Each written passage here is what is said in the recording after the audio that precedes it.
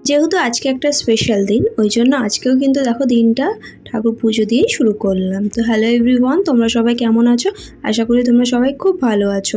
অনেক দিন ধরে না বড় ভিডিও এডিট করাই হচ্ছে না, সত্যি কথা বলতে একদম সময়ই দিতে পারছি না। অ্যাকচুয়ালি যেহেতু ছেলের স্কুলটা সকাল সকাল শুরু হয়ে গেছে, তো এবার সকাল সকাল শুরু হলে তো রাত্রেবেলাও তাড়াতাড়ি শুতে হবে। এবার সারাদিন ধরো আমি অফিসে যাব আসবো, তারপর সন্ধ্যেবেলায় ছেলেটাকেও একটু সময় দিতে হবে।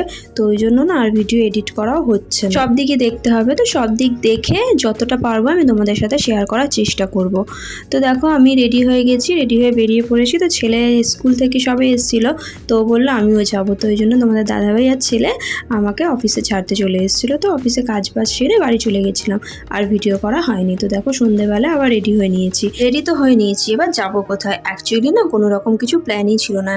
তো সেই সময় না তোমাদের দাদাভাইয়ের সাথে একটু রাগারাগি চলছিল। তো আমি জানি তোমাদের দাদাভাই কাজে যাবে, আমি অফিস থেকে বাড়িতে আসবো, কাজে যাবে, কি আর করব। ওই জন্য আমিও কিছু প্ল্যান করিনি, যে শুধু শুধু প্ল্যান করে কি করব। তো বাড়িতে আসার পর তখন শুনলাম যে তোমাদের দাদাভাই যাবে না কাজে, আমাকে বললো রেডি হতে বেরোবে। তো মনে মনে তো খুবই আনন্দ পেয়েছিলাম, রাগটা ওপর ওপর দেখাচ্ছিলাম। তো যাই হোক রেডি হয়ে বেরিয়েছিলাম। তো স্মার্ট বাজারটা না নতুনই হয়েছে আমাদের এখানে, তো ওখানে যাওয়া হয়নি। তো বললো চলো তাহলে ওখান থেকে ঘুরে আসি। তো ওখানে গিয়েছিলাম, তো যেটা নেবো ভেবেছিলাম সেটা পাইনি। তো ছেলের জন্য বিস্কুট কিনেই চলে এসেছিলাম, দিয়ে না আমরা চলে গেছিলাম স্টাইল বাজারে। তো ওখানেও ঠিক মতো পাইনি। তো এবার অনেক রাত হয়ে যাচ্ছিলো বলে দেখো আমরা কিন্তু চলে এসেছি ডিনার করতে। আর আমরা এসেছি হচ্ছে গিয়ে টেস্টি রেস্টুরেন্টে। তো এখানে আগেও এসেছি জানো, তো আমার বেশ ভালো লাগে। ওই জন্য তোমাদের দাদাভাই যখনই বললো, তো আমি বললাম এখানেই যাবো, এখানেই চলো। দেখো ভেতরটা কত সুন্দর, তাই না?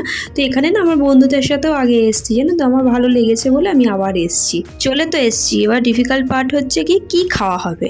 তো অনেক দেখে তোমাদের দাদাভাই অর্ডার করলো স্টার্টারে কাবাব। তো ছেলেকে নিয়ে যায় না, তো বেকার, ছেলে না বাইরে গেলে কিচ্ছু খায় না।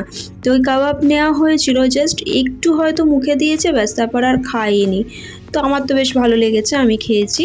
তো খাওয়ার পর তারপর আমাদের মেন কোর্স ছিল হচ্ছে গিয়ে বাটার নান আর চিকেনের, এটা কি আইটেম ছিল আমার না মনে পড়ছে না চিকেনের আইটেমটা। ছেলে কিন্তু এটাও খায়নি, ও জাস্ট একটু মুখে দিয়েছে।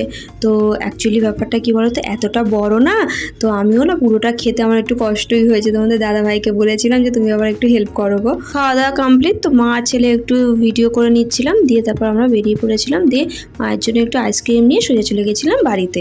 তো আজকের ভিডিওটা এই পর্যন্তই। তোমাদের কেমন লাগলো অবশ্যই জানিও। ভিডিওটা ভালো লাগলে লাইক কমেন্ট শেয়ার করতে ভুলো না কিন্তু। Bye bye.